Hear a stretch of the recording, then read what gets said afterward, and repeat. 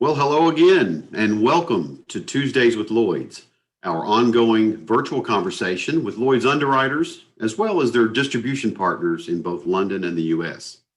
My name is Pat Talley, Regional Director and Managing Agent Practice Group Leader for Lloyd's in the US. Today marks the fifth installment of our Syndicate Showcase series, a monthly event where we welcome senior executives from a syndicate's leadership team to share their perspective on a wide range of topics, including market conditions, challenges and opportunities, emerging risks, the future at Lloyd's, and a host of others. It also provides a great opportunity for you, our audience, to ask questions. So far this year, we've featured top executives from Apollo, Aegis, Hiscox, and Munich Re. And for today's May edition, we are very pleased to welcome Ascot, which operates Syndicate 1414 at Lloyd's. Joining us today from Ascot are Andrew Brooks, Group Chief Executive Officer, Mark Pepper, Group Chief Underwriting Officer, and Steve Bardell, Chief Operating Officer. We've included a brief biography for each of our panelists in the chat box for your further review. Before we begin, we'd like to revisit some simple housekeeping details. We strongly encourage you to submit questions during the discussion, but please do this using the Q&A tool and not the chat feature. This makes managing the Q&A easier on our end, and it ensures that we field as many questions as possible. Today's session is being streamed live on Lloyd's YouTube channel and will be recorded. If you like the session, we hope you'll take a moment to refer the channel to colleagues and clients. We'll drop a link in the chat box momentarily. We're pleased to say that Tuesdays with Lloyd's is now averaging an audience of over 260 per session, and we continue to build a growing catalog of on-demand recordings on YouTube. This includes our class of business roundtables, syndicate showcases, and wide-ranging interviews, most recently with Lloyd's chairman, Bruce Carnegie Brown. And with that, welcome again to our guests, and let's get started. Andrew, great to see you again, sir. Let's start with you, and if we may, let's set the table a bit. Tell us about Ascot, its history, position in the market, and perhaps any key differentiators that set Ascot apart from its peer group. Great, thanks, Pat. And before we kick off, I'd just like to really thank you and the Lloyd's team for arranging this Tuesday session with Ascot. We greatly appreciate it. And more importantly, to all the people that have found time to either Zoom or dial in, we greatly appreciate you finding the time to listen to us. And with that, I'll crack on with your first sort of question. You know, what's Ascot's history and what's really sets us apart from our peers in the market? So for those of you that don't know, we were actually incorporated in October 2001. So we actually celebrate this year our 20th anniversary of trading. And straight out of the get-go, when Ascot formed, we really wanted to have a sort of big sort of differentiation from our peers in the market, and our modus operandi even at that stage was always think outside of the box. And we've carried that mantra through in whatever we've done since we were incorporated in 2001. Initially our capital came from AIG. Important to say, we were never a subsidiary of AIG, and that was vitally important to us as a management team at that time. Because we really wanted to control our own underwriting destiny. And you'll keep hearing Mark and I referring back to our underwriting culture and how important that is to Ascot. And it is definitely one of the distinguishing features of Ascot is our underwriting discipline and our culture. But even when we were setting our business up, we were one of the first businesses, particularly in the Lloyd market, to look at outsourcing. We had a desire to keep our fixed costs low so that we could flex the business up and down depending on market conditions. We even outsourced our non-complex claims, and that is something that has held us in great shape for our history. To this day, we're still number one for static claims in terms of volume and value. And I think that's, again, a testament to the outsourcing model we have for our claims processing. We also wanted to be a key lead market. We currently lead 60% of our business, and that is really key for our clients and our brokers to actually add value and create products and lead products and have a key relationship with our clients and our brokers. As I said, we were very much focused on underwriting, and I know that sounds a bit ridiculous, but the last time we looked, a lot of people seem to have forgotten that underwriting businesses need to make an underwriting profit. And that's always been dear to our hearts and will continue to be close to our hearts as we carry out all our global strategies within the Ascot Group. In fact, we were the fastest growing syndicate in Lloyd's. Obviously, the timing after the tragic events of World Trade Center allowed us to grow our business very quickly. But also, what people don't probably realize, we're probably the fastest shrinking business within the Lloyd's market. And when we talk about underwriting discipline, in 2006, Ascot with 110 staff wrote $1.1 billion. If we take those same product lines that we wrote in 2016, flip them forward to 2016, so 10 years later, those same products we were writing 650 million. Now, I think that just shows you, Pat, the sort of desire we've got to control our underwriting, manage our underwriting through various cycles. A lot of people you'll hear will talk the talk, but they don't walk the walk. We definitely walk the walk. And as we were going through this sort of process of having to shrink our business in certain product lines and trying to grow our other classes of business to complement what we were trying to do to keep a relevance in the market, we had ongoing conversations with AIG, particularly post the financial crisis, of where do we fit in with AIG? What's our strategy? How can we grow our business? And AIG were a wonderful capital provider and hugely supportive of Lloyd's and the Ascot business in particular, obviously. But obviously, when we were talking about expansion and doing this, doing that, inevitably AIG were already in, not only in those classes, but in those geographies. So in 2016, we had a very amicable parting of the ways with AIG, and we were purchased by the Canadian pension fund CBBIB. Again, a wonderful company. They have $450 billion under management. They love the Lloyd franchise. They love the track record that we had created up to that point and have continued to create. And when you look at our underwriting track record, in the 20-year history, we've generated a combined ratio over that time that is below 90%, which is one of the best combined ratios over that time in the market. CBB wanted to buy that, the insurance brain, as they called it, but they wanted to be able to buy something they could expand. So this year, you've seen us expand in North America, both on syndicate paper and admitted insurance company paper in the States, growing our Bermuda operations, both using syndicate paper and our company paper. But the Lloyd's market and the Lloyd's centric part of our business is absolutely fundamental to Ascot. Sarge will talk about what we're going to write through the syndicate in more detail, but in round terms, the Lloyd's vehicle this year will write 1.3 billion, and our North America operations, Bermuda and North America, will also write about 1.3 billion. We have an MGA called Ethos, which will probably end up with about $200 million under management for 2021. So in all intents and purposes, we're about a $3 billion business. So when, Pat, you talk about what sets us apart, it is definitely our underwriting culture. But the fact we can even sit here and talk about our underwriting culture is driven by something more fundamental than just underwriting, and it's our culture. And when Ascot was formed, we wanted to create an Ascot culture. And there's that catchphrase now, which is regularly getting used, that, you know, culture eats strategy for breakfast. And I know it's a corny phrase, but we absolutely believe it at Ascot. If you have a bad culture in a company, you will have bad outcomes. We firmly believe a good culture creates the right environment for people to flourish. We have a mantra: we are one Ascot. Regardless of geography, we're trying to achieve the same outcomes. We're client-centric, we're risk-centric, and we're tech-centric. They all come together to offer a unique offering to our clients, be whether they're the direct clients or brokers. We don't have glass ceilings. We don't have silos. We have equal opportunities for everyone in Ascot. And we are a firm believer that if individuals commit to Ascot, the group has a better outcome. And I think that's really what has set us apart over the last 20 years and will continue to do so, coupled with a stringent underwriting discipline. Well, you certainly did a great job. It's a compelling story and a fantastic summary of just how we arrived here. So thanks for that, Andrew.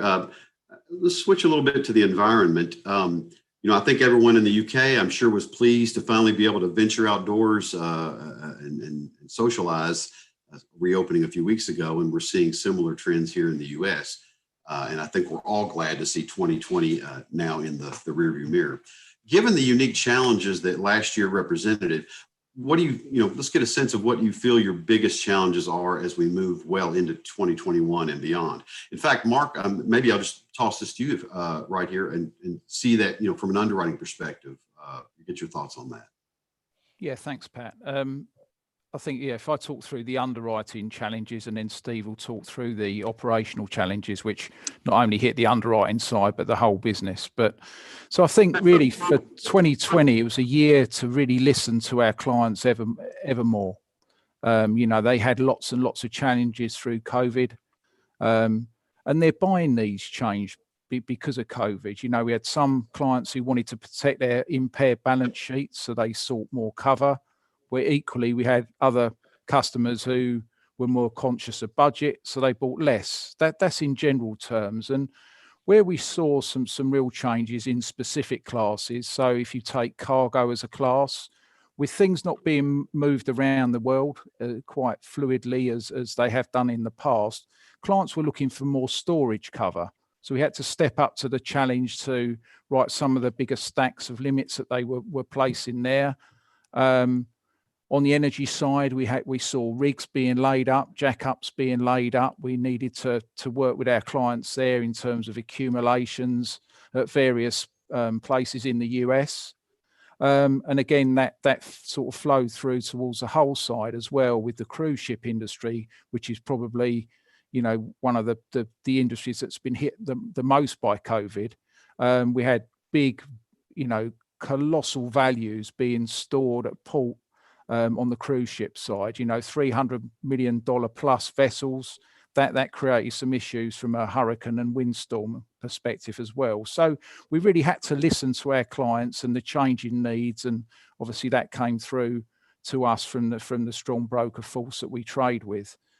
But in terms of actually the challenges for 2020 with COVID hitting the balance sheet from a loss perspective as well, that really reinforced the need to continue to increase rates. So that really was a dichotomy with the clients wanting to save money, and clearly they were impaired as well. But really for us as a business, it brings it home. Lloyd's has unfortunately lost money for 4 years on the trot. Reinsurers haven't made the cost of capital for the last 4 years. So that reinforces to us that we still needed to push rate even in the difficult circumstances of a COVID hit market. And something that we've worked hard on at Ascot is to try and put today's pricing in relative terms to what we've seen in history. So one of the pieces of work we do each year is to take pricing back 10 years, and we can do it for longer if we so choose, and benchmark that at 100 and see where we are today in relative terms to pricing. And I think for some of the younger members of our staff to actually see rate increases in the last couple of years has been, obviously they've enjoyed that. But where does the pricing sit today compared to history, and where in that individual class would that put us in terms of profitability? And that's important to us. I think everything's relative. It's easy to get excited about a 10% rate increase, but actually if you've given away 50 points of rate the previous years, then clearly that's not getting you back to where you need to be. So, without taking further rate, the market isn't going to get itself out of the issues that it's got in terms of profitability. So that was an added challenge, but a difficult challenge given the cash staff clients that we were trading with, but something we felt we needed to do. So with that, I'll pass over to Steve in terms of the operational hit. I would just add, I think that's an excellent way to look at it, because it reminds me of the way we view inflation. You go back to a base year like consumer price index and say, well, it only cost a quarter to go to the movie, but relatively speaking, that quarter was quite a bit of money proportionally of your income. So going back and getting a baseline in order to understand the perspective, I think that's an excellent approach. Yes. Thanks, Pat. Yeah, so looking back, thankfully, we didn't have too many operational issues. I must admit, I didn't have the best sleep the night that the first national lockdown was announced, and then having every single member of staff having to work remotely from the next day. But needn't have worried. I think by 8 a.m. the next morning, we already had around 30% of our staff logged in and working, just like on a normal day. We were very well prepared though, and that's simply because we have a robust operational resilience plan. And in February last year, we decided to perform a full test of it. So we completely closed the office. We only informed people that we were going to close at around 9 p.m. the night before. And we really wanted to test if everyone got the message. And more importantly, if everyone could connect and work remotely, they knew what to do.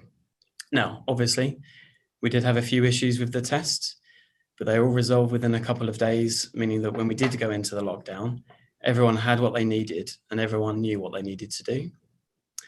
One of the operational challenges that we did have, along with everyone, I would imagine, was that our video calls were a bit of a nightmare at the beginning. No one muted their microphone. People were coughing, slurping food, or there was just a general background noise.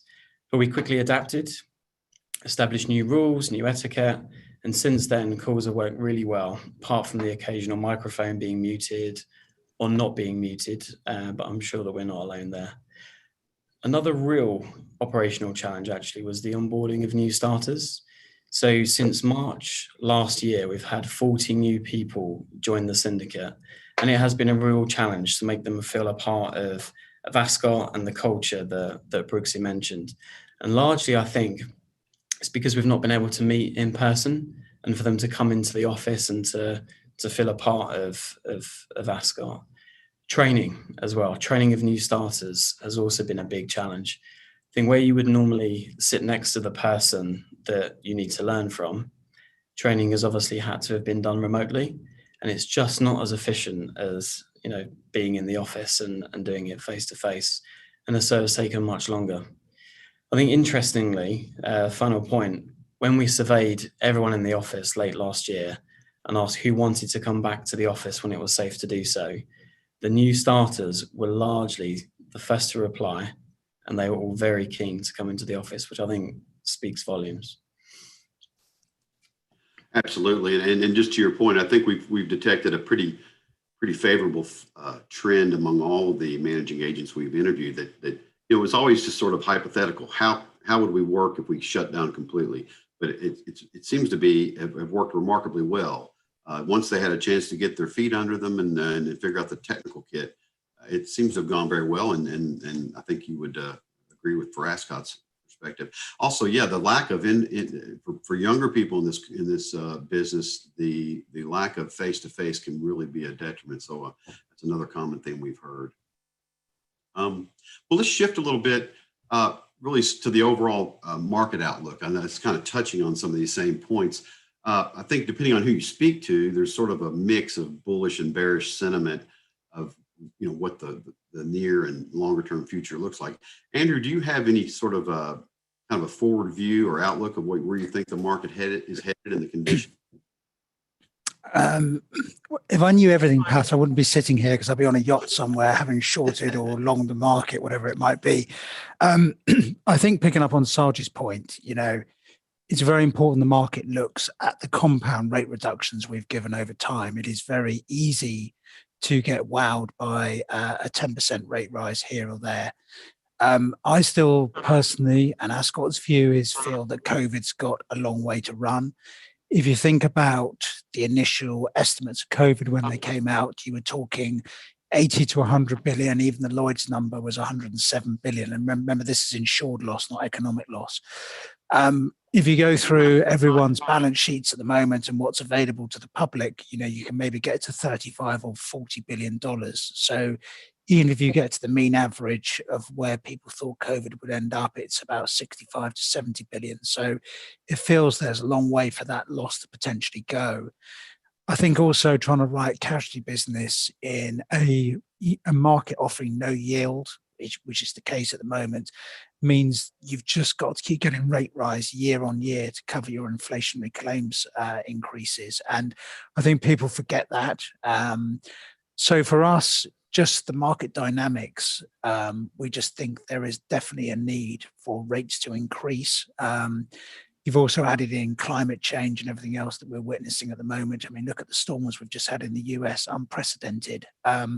So I still think there is a realization with most sort of sensible folks in the market that you still need rate. Now, picking up on Sarge's point, there's rate on rate, and some classes, have been garnering more rate over time.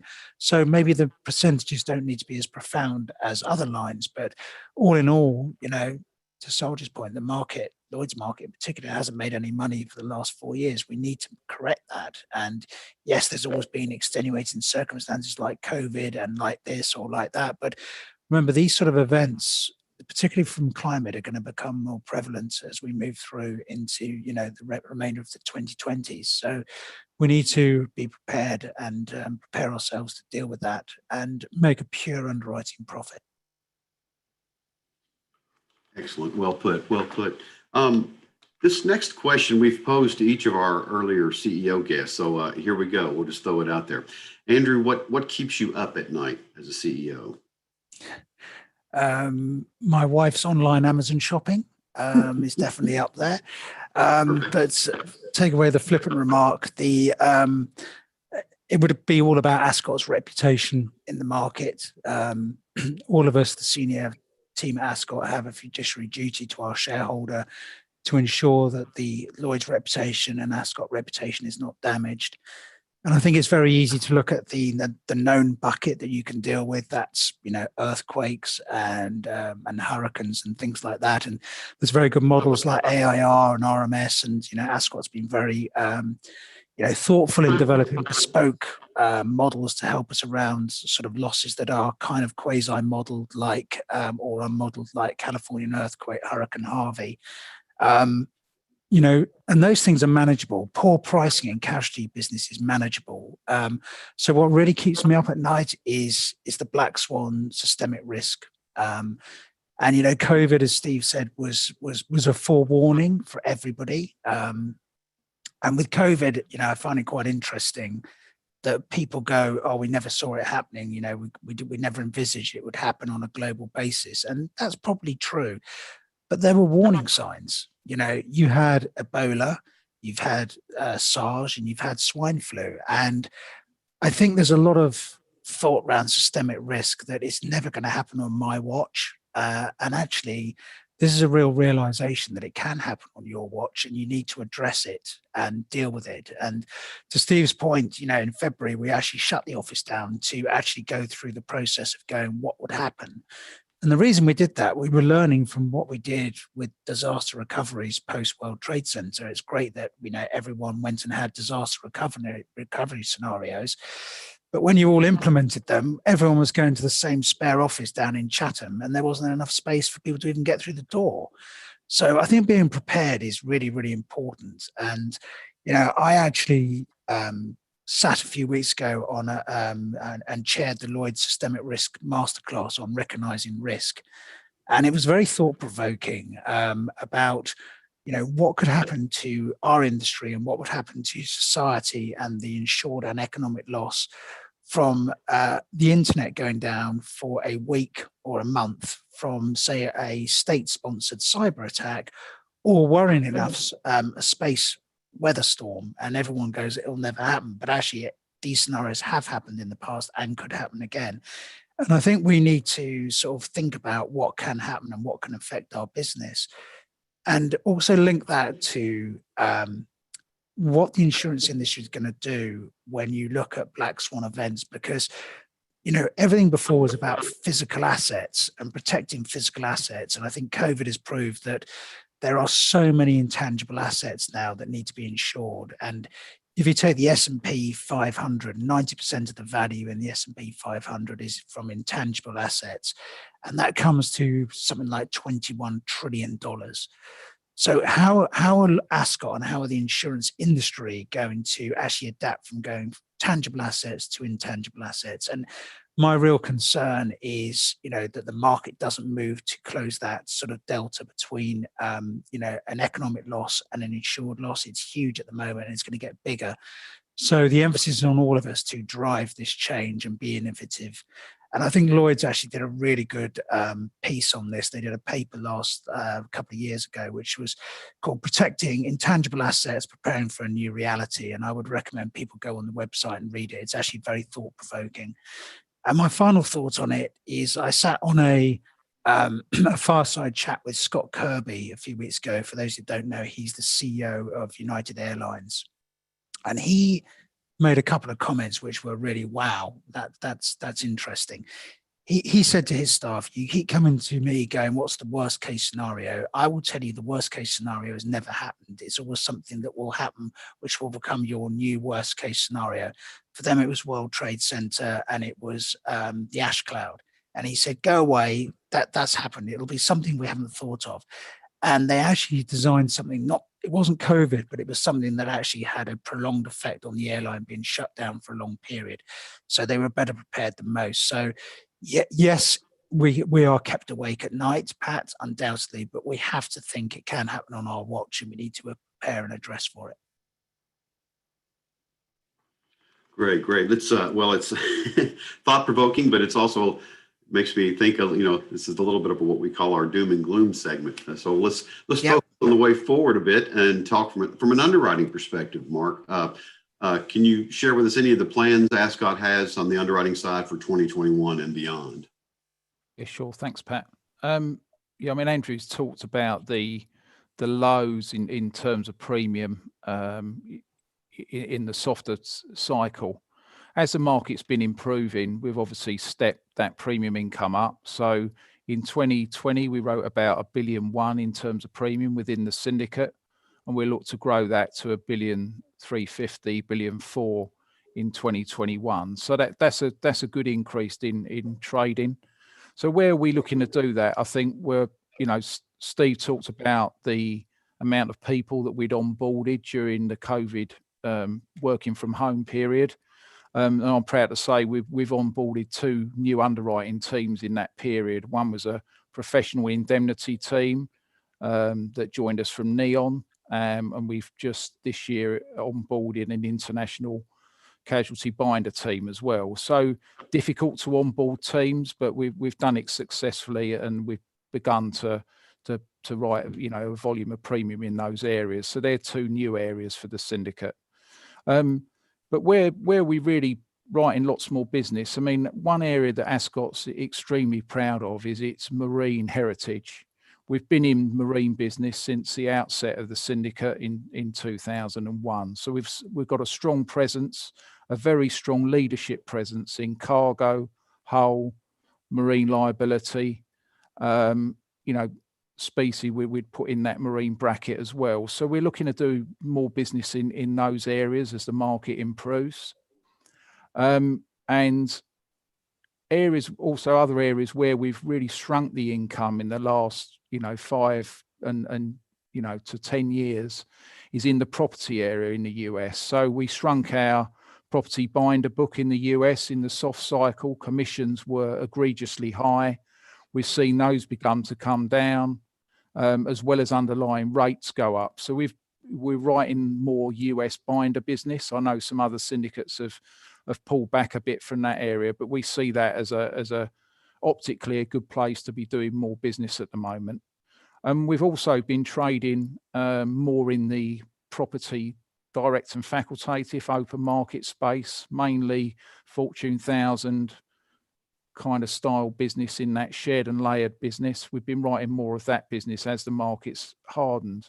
And that market's on a 3 to 4 year pricing improvement trajectory.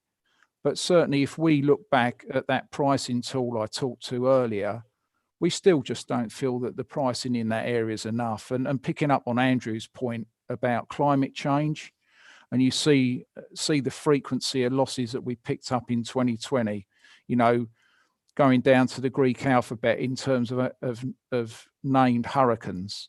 the flurry there that we saw of those, the flurry of California wildfires.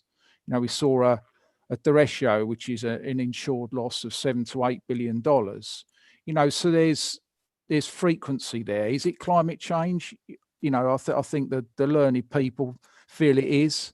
Is that being priced into the business? No, we don't think it is. And we still need more rate. And for us, it's been disappointing to see property open market pricing begin to flatten off. Pricing probably not achieving hurdle rates for many of the syndicates. So disappointing to see that. And something that probably has brought home pricing adequacy to some already in 2021 is the winter storm Uri, which principally hit northern Texas and surrounding states, and that's a big hit to the market. Overall, it's going to be a $12.5 to $15 billion insured loss, and again, I think that reinforces the need to get more rate in the system. So really what I'm saying is we've written more business and we're willing to write more business, but it comes down to technical pricing again and being measured about where we take those opportunities. So marine for sure, lots more, US property binders, and I'd say we're willing to take on more open market business, and it's been on a good trajectory, but things seem to be slowing there a little bit. And I think what for us is, yes, it's about technical price, but it's about the quality of client as well. And one thing we've observed is that the new business that we're taking on is enjoying needs to enjoy a much higher rate increase than the business that we've currently got on our books. And I think that Ascot have picked clients well over time and priced those clients well, and that's why we're probably in a good state in terms of profitability in the core book that we're building our business from. So that's what we're looking to do principally in 2021, Pat. Excellent. Thanks, Mark. Great summary. And I guess sticking with that theme a bit, the future. The future at Lloyd's Blueprint 2 is committed to building the world's most technologically advanced insurance marketplace. Steve, from a operations perspective, do you have a view of the role of technology in the industry and specifically for Ascot? For example, Lloyd's is facilitating faster claim processing by automating claim recognition, routing, and orchestration. Yeah, thank you. I think technology, especially data, are absolutely critical to the industry. Technology has obviously played such a vital role over the last year during the numerous lockdowns. And technology didn't just provide us the ability to remotely connect to our own internal systems and data, but very importantly, they allowed us to trade electronically with our brokers. And the Future at Lloyd's program is all about using technology and data, and is leading and doing some great work, including, and importantly for us, defining data standards that we will all use to trade. And very importantly, we will all be able to trade using our own systems. So the Lloyd's design is completely agnostic of broker or underwriter platform. And they're actually building straight through processing and connectivity capabilities to support that design. Now, specifically for Ascot, I think as well as being client and risk centric, as Brooksy mentioned, we're very much tech centric, and technology is an integrated part of our operations. Part of its role is to increase our operational efficiency and to ultimately reduce our operational costs. And we also understand the significant importance of data. Data is so important, and without quick and easy access to good quality and the right data, we can't underwrite competitively, we can't pay claims efficiently, and we can't automate our operations, certainly. So we're partnering with a number of external experts and in a number of different technology-related fields, including data and analytics and process automation. And our aim really is to just further our use of technology and data to support and enhance the delivery of the underwriting and claim services that we provide to all of our clients. Great. Thank you, Steve. I see we're getting quite a queue of questions piling up. So before we jump to the Q&A from the audience, I had one other thing I wanted to bring up to you, Andrew. As you know, Lloyd's recently published its first environmental, social, and governance ESG report, which supports the global transition to net zero and commits the market to publicly accountable targets for responsible underwriting and investment. Just be interested to get your thoughts on ESG, and particularly if there's anything specific to Ascot as to how ESG is approached. Thanks, Pat, and a very good topic in the current world situation we're in. I think from the environmental, let's start with that. I have to say to you, we applaud what Lloyd's has done, and we applaud what everyone is trying to do around the environmental issues that we all face and our children and their children will face. And we need to do something, and we need to address it fast.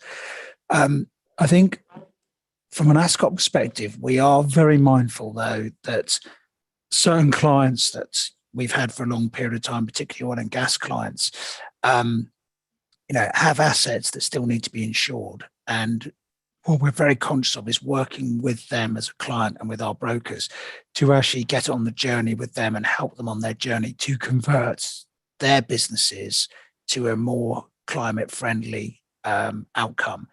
And I think that's important, that we just don't, work, to coin a phrase, cut people off at the knees and leave them isolated. I think we need to work with them.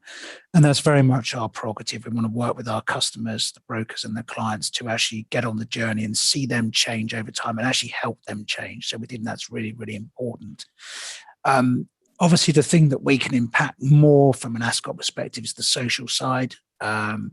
So delighted to say in 2020, across the Ascot group, we supported over 50 charities, which I'm delighted we managed to find the money to do that and support so many charities, because they've all really struggled to raise money during 2020. We've also, Ascot, been heavily involved in the Restart project that Lloyd's is spearheading at the moment, to really help the UK economy bounce back, to help micro SME businesses actually buy some insurance cover to protect against another lockdown, but also to develop a product that will look after future pandemics and the like of a forced shutdown where there is not the physical loss or physical damage to the property. But I think the thing that we've achieved this year, which I think we're all immensely proud of, we were introduced to a tech company called Parcel, and this really goes back to what Steve says about how we value technology. Through the wonderful efforts of the Lloyd's Lab, we got introduced to Parcel, and they've got a technology to track temperature-sensitive goods. And we were already working with them to really revolutionise the cargo industry. And COVID really accelerated that. And through the Future at Lloyd's work with Syndicate in a box and the ability to create syndicates very quickly now, delighted to say with Parcel, and the first time public money has come to support a Lloyd's business ever in its 300-year history from the US, we formed a syndicate in a box called the Global Health Risk Facility. And we're working with the likes of COVAX and the Gates Foundation. And this is going to ensure vaccines going into low-income countries. So we've already started to work with those charities on how we will ship those products into the territories. And obviously with Parcel, the temperature-sensitive equipment is absolutely vital to keep the integrity of the vaccines as it goes into particularly Africa and places where it's hot. So we're really proud of that work. And also that work will have massive consequences for the industry, because we've got a situation at the moment with a client who effectively is just been blown away with the fact they can actually track their fish going from the factory into restaurants. And talking about intangible assets, we've actually developed a parametric trigger business where they can actually tell the degradation of the fish over a period of 5 days. So effectively, if it's got delayed by a day, the restaurant can't really take it. They will pass it on to another entity who will take 4-day-old fish. We don't even have to get a loss adjuster involved, whereas before, this was really uninsurable because you'd have to get a loss adjuster involved and it would cost too much money. So we're looking to try and create a bigger premium pot for the market, and this sort of technology, working with the Lloyd's lab and Syndicate in a box, should develop all of that. So we're really pleased about that. And I guess, you think something like the Suez issue with the Evergreen, all those containers on that vessel, no one actually knew what was in the vessels. But if you had these trackers, the cargo market would actually be able to tell where your cargo is at any point in time. Would also help with catastrophe accumulation. So we're delighted with that work we're doing on that. And then from governance, we have our own cultural councils within the Ascot group in geography, and that, as I said, culture is so important to us. And again, when we talk about our governance, diversity is really, really important to us. We're very proud that we have equal opportunities here for absolutely everyone at Ascot. I think it's dependent on us now through our governance and the market through its governance to make sure that we entice a more sort of diverse demographic of people to actually apply to come into the insurance sector. It's very easy to say we talk about quotas and we talk about this, but when we can't even encourage people to actually want to come to our industry, I think it's a sad indictment on where we've actually allowed ourselves to get to. So we've been working with the Lloyd's Charity Trust. I'm a Lloyd's trustee for the charitable trust, working with local schools, as you know, and a lot of us from Ascot sat on an SEO panel a few weeks ago, which is dealing with people from an ethnic background, from low-income backgrounds in universities, working with them to say, look, you should come and talk to the insurance industry. And through our graduation scheme, we are absolutely delighted that we're going to open that up to that charity to try and, again, encourage people to apply for our graduate scheme. And I think one of the things through governance that I've been really pleased about, and COVID is the consequence of this, is how it's going to change the insurance industry for women and families. I think the insurance industry has been appalling at allowing a brain drain of very, very talented women from the market and the business as a whole, where quite rightly, having a family should be able to sit alongside having a fantastic career. And I think now this more flexible working environment and rule entering is going to create a huge opportunity for women in our business to be a fantastic parent, but also a fantastic business person. And I think with our governance now and the way we're bringing our business together, we can adapt, and the market should adapt to being more accepting of that requirement on both sides of the equation. So it's very, very important to us, Pat. It's obviously something we will continue to look at as we develop Ascot. But I think it's dependent on all of us to work on ESG, as we go forward. Well, you covered a lot of ground there, Andrew. That's fascinating. I think I'll be the first to go to our YouTube channel. I want to rewatch that to make sure there's some points you made in that discussion. And again, any questions people have, we're very amenable to people reaching out and asking questions on it. I think it's good we share as much information as we can. Sure. And on that segue, we'll go to some questions we have here. The first one, just to anyone who wants to answer from the group, do you feel, and this goes to your earlier comments, Andrew, do you feel the Lloyd's market as a whole is moving in the right direction now, given COVID and market pricing increases so far and to come? And are other terms and conditions going to continue to harden? I think I'd frame that in two ways, and I'd let Mark talk more about the underwriting side of the equation, or Sarge's. It's the first time I've ever called him Mark. That's really bad of me. He won't know. I think it's his mother telling him off. I think Lloyd's has done a great job with Decile 10. I think Tony Chowdhury, John Hancock when he was there, John Neal now, and I'm sure the work that Mr. Tiernan's going to pick up. I think Decile 10 is a vital piece of what we do. Constantly looking at our portfolios, modifying our portfolios, building an optimum portfolio.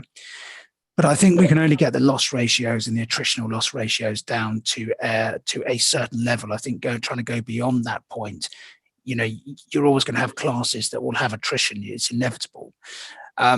So you've got to make sure, to Sarge's point, we're getting enough premium to pay for climate change and cat losses.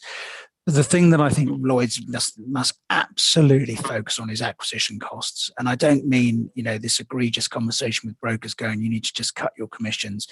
It's picking up on the point that Steve was mentioning about data and, being agnostic to how the business gets to Lloyd's. Lloyd's will have its gateway and the data standards will be set. We need to demonstrate to our clients and everybody that the business process at Lloyd's can have savings for underwriters and brokers.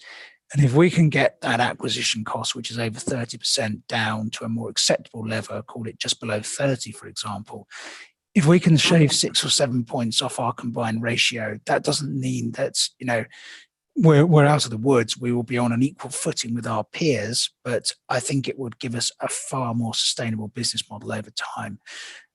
So I think it's twofold, and I'm sure Sarge would like to just maybe say a couple of words about the underwriting side, but it's two-pronged attack. It's underwriting always, but again, getting the acquisition costs down through technology and everything else.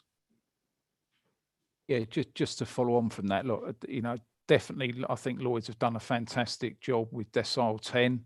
We can clearly see that the mark changed in some of our marine lines that I mentioned earlier. I mean, they're on the fourth, some the fifth year of a journey of price increases, but no one must rest on their laurels. I mean, as Andrew said, we need to be able to sustain cat losses and not use cat losses as an excuse for losing money. We need to get our normalized combined ratio as a market down towards 90%, so we can take some of the big hits that have been thrown at the market over time. So I think the market's done a lot. We shouldn't rest and put our feet up. We should continue to push in the right areas. And as I said earlier, I keep going on about this tool we use, but we can clearly see from that some of these classes are very much at the beginning stages of a journey towards acceptable pricing. So I'm not going to sit here and point at which classes need more and not, but people should know that for themselves. But any business should be about trying to make money, and we're not at adequate pricing in many classes at the moment, so there's a lot more to do. Well put. We'll just keep rolling through some of these questions we're seeing. The next one, a social environment is currently seeing pockets of unrest. The latest example, the disruption of Man U versus Liverpool match this past weekend. What challenges do you see going forward with respect to SRCC exposures and coverages? I think this is very topical at the moment, and obviously was very topical through COVID. I mean, the extenuating circumstances of the awful events of George Floyd. The market again had to look at its coverage and adapt, and I think this is something that we do need to look at. If you look at where the market and the world is at the moment, there is large pockets of potential upheaval. A lot of talk about China with Taiwan, Russia with Ukraine. So I don't think it's just civil unrest. I think there is, a bit of a tinder box in society generally that we need to be factoring into our pricing. And it is a real concern because it can just spark up at any time. I mean, everyone's aware of the losses that stemmed in Chile and how large those losses were to the market. And again, I think it shows naivety around, traditional terrorism underwriters who want to adapt their business or their wordings to encompass a lot of this coverage without really realizing what they're putting onto their balance sheets. But I think we need to adapt and almost create a secondary market to deal with this exposure. It's not going to go away. Just reading the papers at the weekend, I think, some of the European countries, particularly France with the elections coming up and the far right wing are garnering huge support there at the moment. There is potential for this to be a global issue. And again, going back to my comments about COVID, we should all learn from the fact we've had the same instances in Hong Kong. We had it before in Thailand. It's there, it's in front of our eyes, but this could be on a much more global scale as we go into 2022 and beyond. Sarge, anything you'd like to add to that? Yeah, I think just from an underwriting perspective, I think in a soft market, people give wider coverage than perhaps they should. So SRCC, terrorism, some of these politically based perils get thrown into a standard property policy. So, when Andrew talked earlier about One Ascot, what we try and do in those situations is not run away from the risk and exclude it and not give the client that cover. We go to our terrorism team, we go to our experts in that area, and then deliver our clients a solution to their issue. So I think it's about being more granular in pricing and coverage and giving the bespoke cover that our clients need. So that's what I'd add to that. Okay, great. We've got a little time for a few more questions. The next one, as regards property insurance, reducing building values is a tool we've seen used to win business, resulting in reduced premiums. What does the panel think needs to be done to ensure better insurance to value going forwards? Well, let me start and I'll take that one. I mean, we've seen this, or I've seen this issue over the 30 plus years that I've been in the market. And again, I think it is somewhat a symptom of the softer market where clauses get forgotten about and left off. I mean, we can clearly put draconian clauses like margin clauses, average clauses on policies to take care of the client who feels that that's a way to gain the insurance market. But I think insurance to value is something that's not been adopted well, I think, in that shared and layered market. Certainly as a reinsurance underwriter, if I talk to the primary clients in the US, they're putting insurance to value, margin clauses, inflationary factors on property values year on year. That's not something we've done well in London, and that shared and layered market's done well at all. So you can hide behind clauses, you can maybe not insure clients who are trying to game the system, but ultimately we do need to find a better way of doing that and put some sort of inflation guard on policies, Pat. Okay, great. Yeah, Thank you. I would just add to that. It is a short-term gain. Inevitably, if your policy run cleans, there's no issues. But I can tell you, as Sarah said, when you've been in the market over 30 years, we've all had horrible claims where you go back and you go, you've completely undervalued the property, and we all know the legal issues that come with that, and they're not pleasant for either side of the equation. Right. Let's see. Let's go with this. Lloyd's is keen to bring additional third-party capital to the market, and the launch of London Bridge provides a vehicle to ease entry and exit to allow that. What is your view on these developments, and what opportunities do they present? I'll probably start off with that because I actually sat on the panel, on the ILS panel with Burkhard and others last week.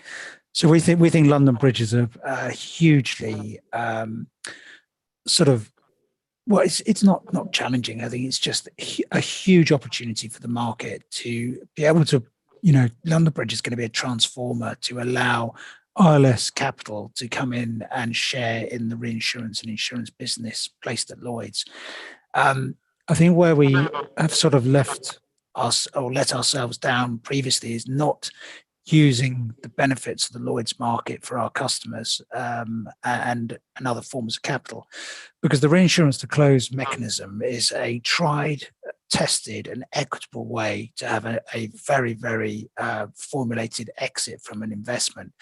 So if we can open up now the market, ILS market in particular, to casualty, dare I say it, cyber, terrorism, lines that previously they were precluded from writing, I think it's a huge opportunity for the market. But what we don't want to create is this ever, and this is my real worry about new products, is we need to create more premium into the system, because otherwise all we're doing is actually allowing people to come into the Lloyd's market and actually create more capacity against the same premium base. So one of the things that this could do is, even in the traditional ILS market, things like earthquakes, we're seeing North Ridge, we're seeing actually at the moment the New Zealand quake taking a huge length of time to develop. I mean, we're still getting movements on that 10 years after the event. We could create a secondary market through the reinsurance to close basis to allow people to buy quake cover to go out to the full expiry of the settlement period. Because even though quake is short term and the event notice is long term in its settlement, and we could create a secondary quake market in Lloyd's. And I think trying to create more premium would be just as important as creating the opportunity for people to come to the market. But it's a really good idea to be allowing ILS markets to write non-traditional cat business. Great. I just see that our trusty man behind the curtain, Mark, has given us the 5-minute warning. Before we wrap up, I just wanted to see give you the opportunity if there are any final remarks or points you would like to make before we close up today. So any one of you have anything you'd like to add? Well, Pat, again, the three of us would obviously like to thank you and Lloyd's for giving us this opportunity. As I said, we're grateful for the people who dialed in and wanted to actually listen to the Ascot story, which we're all immensely proud of. We're all immensely proud, to be Lloyd's practitioners. I mean, particularly, the three of us have worked in Lloyd's for a long period of time. I have no hair, as you can see, and grey, so that gives you an idea.